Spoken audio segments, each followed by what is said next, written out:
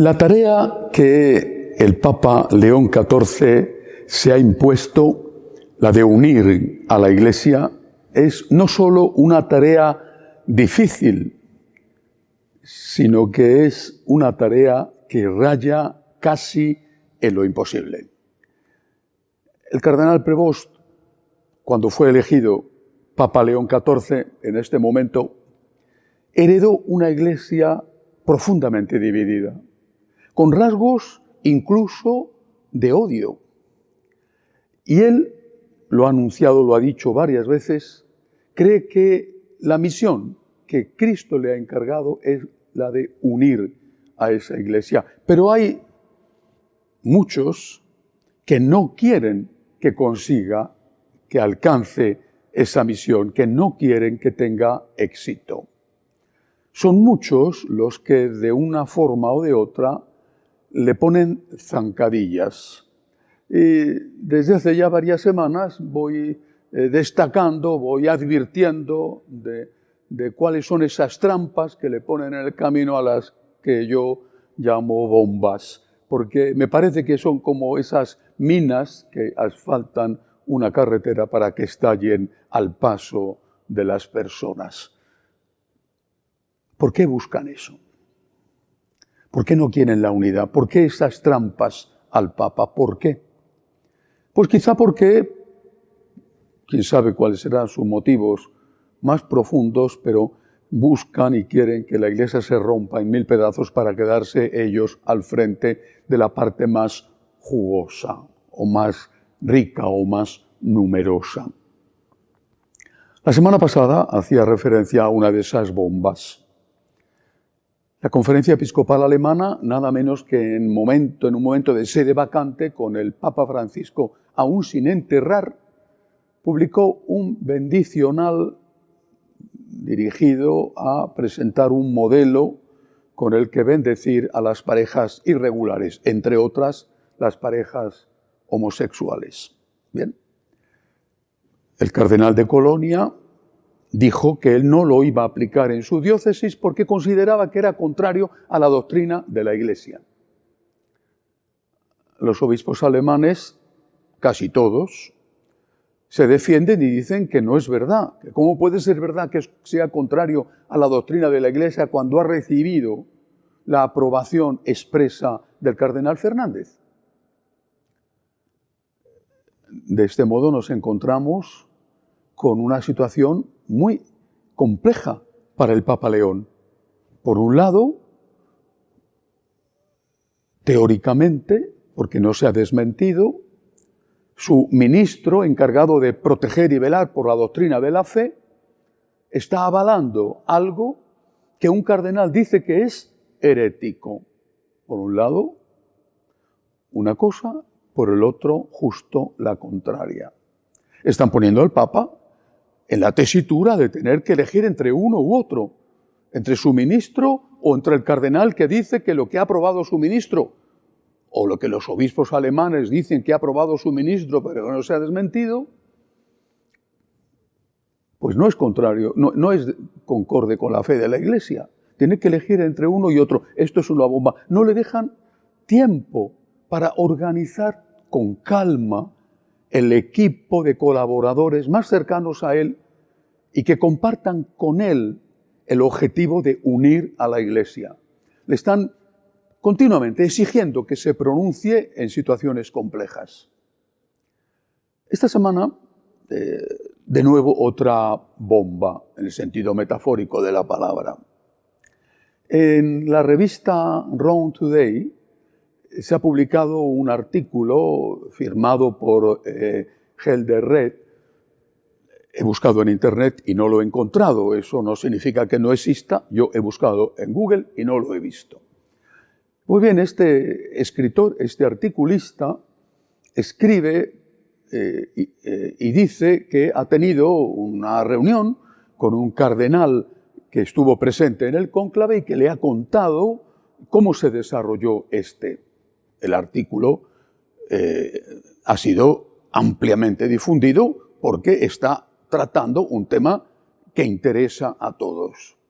Según el escritor, este cardenal del cual no da el nombre, este cardenal le dice que el cardenal Prevost era el único candidato del Papa Francisco, el único candidato, y que a su izquierda estaba el cardenal Parolin, que sería el candidato del sector más liberal, del sector extremo liberal dentro de los cardenales.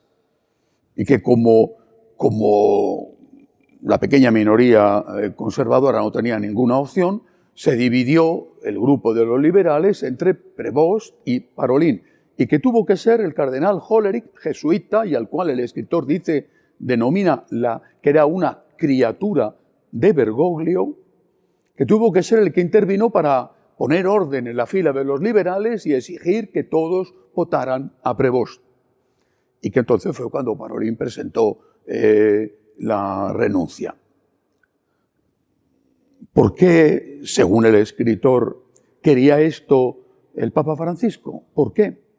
Dice que el Papa Francisco había llegado a darse cuenta de que durante su pontificado se había bordeado ya el cisma y que era necesario alguien más moderado que no siguiera avanzando, pero que consolidara lo que ya se había conseguido, pero que fuera simplemente una pausa para preparar el siguiente pontificado, que sería el que llevaría a la Iglesia a la sinodalidad más extrema, a la aprobación de todo tipo de relaciones sexuales, al sacerdocio femenino, etc.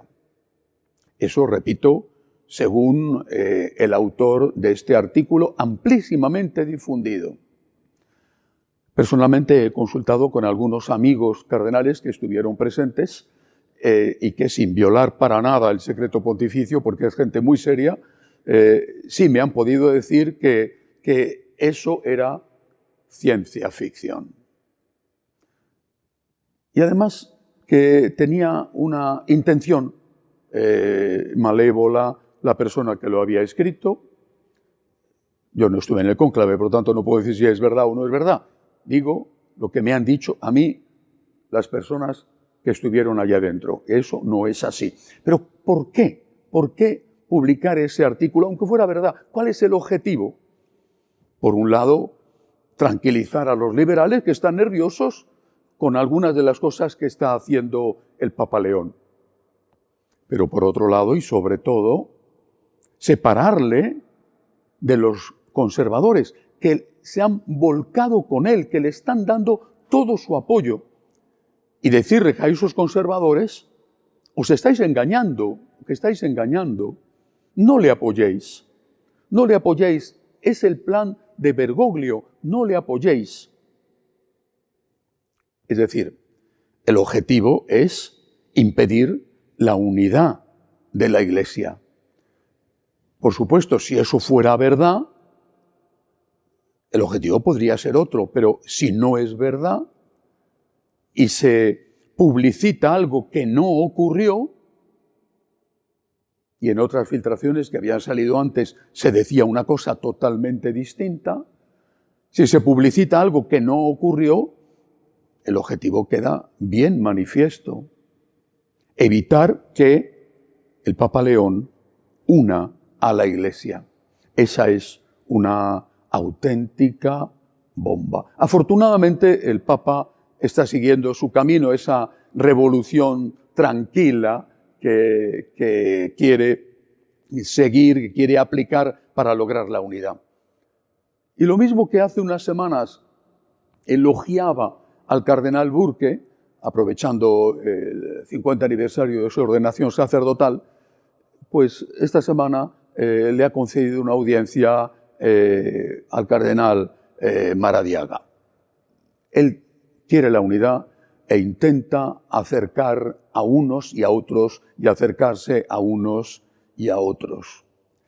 Y un acto que me ha parecido extraordinario ha sido la reunión que ha tenido con esos cientos de miles de jóvenes que han acudido a Roma para el jubileo de la juventud.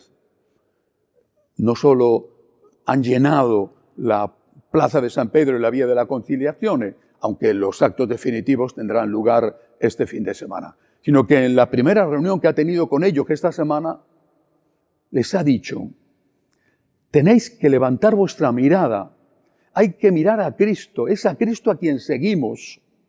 Es decir, les ha advertido, sin nombrarlo así, del riesgo de la papolatría. Es Cristo nuestro Señor, es Cristo el que nos une, es Cristo el que funda la Iglesia. Ha señalado hacia Cristo y no se ha señalado a sí mismo. Y los aplausos ensordecedores que le han dedicado, entusiastas, con un entusiasmo que yo no recuerdo haberlo visto desde la época de San Juan Pablo II, con ese entusiasmo extraordinario, el Papa lo ha recogido y lo ha subido al cielo y les ha dicho, no me aplaudáis a mí, aplaudid a Cristo, que es al que todos tenemos que seguir. Y entre esos miles de jóvenes que están participando en el Jubileo de la Juventud, los hay muchísimos. No se puede decir quién más, quién menos, pero son muchísimos los que proceden de ambientes conservadores. Y también los hay que vienen de instituciones más liberales o de diócesis más liberales. Eso es un anticipo de esa unidad de la Iglesia que el Papa León quiere conseguir y en la cual tenemos todos que apoyarle y tener mucho cuidado con esas mentiras, esas fake news que van soltando para llevarnos a desconfiar de él. Una noticia maravillosa de esta semana ha sido la decisión presentada por el Dicasterio para las Causas de los Santos y aprobada por el Papa de nombrar a San John Henry Newman doctor de la Iglesia. Me parece providencial que fuera el Papa León XIII el que nombrara a San John Henry Newman cardenal y que sea el Papa León XIV el que le nombre doctor de la Iglesia. John Henry Newman fue quizá el más ilustre e importante de los conversos desde el anglicanismo al catolicismo en aquel movimiento de Oxford, así se le llamó, donde muchos intelectuales de prestigio empezaron a acercarse a la Iglesia católica al ver el desvarío en que se iba introduciendo la Iglesia anglicana. He sido siempre un entusiasta del cardenal Newman, como me gusta llamarle, aunque es San John Henry Newman. He sido siempre un entusiasta de él. El libro suyo que leí, que me hizo un extraordinario bien, el de Apología Pro Vita Sua, sigue siendo una de mis lecturas favoritas. En él se defiende de las acusaciones que le hacen sus antiguos amigos anglicanos por haberse hecho católico. Y en el brindis, donde reúne en una pequeña fiesta, reúne a los amigos que le acompañan en ese camino de la búsqueda de la verdad, el cardenal Newman, todavía entonces no cardenal, por supuesto, y aún no santo, hace un brindis. Dice, se afirma que cuando uno entra en la Iglesia católica tiene que cortarse la cabeza, es decir, tiene que dejar de pensar. Y con ese humor inglés típico añade, no es así. Cuando uno entra en la Iglesia católica, lo que se nos pide es no cortarnos la cabeza, sino quitarnos el sombrero. Y a continuación, levantando la copa, hizo el brindis. Brindo por el Papa y por mi conciencia. Podía haber brindado por mi conciencia y por el Papa, pero brindó primero por el Papa y después por su conciencia. ¿Por qué? Porque toda la investigación y la gran aportación del cardenal Newman, por la cual es nombrado doctor de la Iglesia, gira en torno a la conciencia, al valor de la conciencia. Él dice que la conciencia es algo puesto por Dios en la naturaleza humana. Hay una conciencia natural que te ayuda a distinguir el bien del mal, la ley natural, la ley moral natural. Pero naturalmente, a la vista está, esa conciencia corre el riesgo de ser manipulada por lo que él llama un cáncer que provoca metástasis. son palabras suyas, un cáncer que provoca metástasis y que es el subjetivismo y el relativismo. Y por eso él llega a la conclusión de que no basta la conciencia fácilmente manipulable desde fuera o automanipulable desde dentro, sino que es necesaria una voz que esté fuera de la conciencia y que nos guíe y que impida y evite que nos engañemos a nosotros mismos. Y esa voz es la revelación. Y cuando él entiende que la plenitud de la revelación está en la Iglesia Católica, es cuando se hace católico y brinda por el Papa y por su conciencia. Por el Papa. Porque representando la transmisión íntegra de la fe, es el que impide, como voz suprema del magisterio, que nuestra conciencia se desvirtúe por ese relativismo y ese subjetivismo al que inevitablemente estamos sometidos y que nos asedia porque está en el ambiente. Es lo que yo he intentado hacer en todos estos años. Muchos no me han entendido y me han acusado de estar contra el Papa, pero es lo que he intentado hacer en todos estos años, brindar por el Papa, máximo responsable de la transmisión íntegra de la fe, y por mi conciencia. En ese orden, por el Papa y por mi conciencia. Y así he tenido que sortear todos estos años de insultos, de amenazas y de riesgos por ser fiel a un Papa que transmitía íntegro el depósito de la fe, es decir, por ser fiel al depósito íntegro de la fe y por ser fiel a mi conciencia. Afortunadamente, pues muchos sí que lo han entendido y me han apoyado. Y por eso tengo una gran alegría al comunicar, al informar de que en uno de los canales de YouTube que tenemos, que tiene Magnífica Televisión, hemos llegado ya al 1.200.000 suscriptores. Les agradezco mucho, porque ese es el apoyo que también yo necesito y que significa que son muchos los que han entendido que estoy y estaré siempre con el Papa, máximo responsable de la transmisión íntegra del depósito de la fe y también siempre intentando ser fiel a mi conciencia. No he dejado nunca de rezar por el Papa de turno, y por lo tanto estoy también ahora rezando insistentemente por el Papa León, para que pueda llevar a cabo ese extraordinario, imprescindible, urgente objetivo que se ha marcado, la unidad de la Iglesia.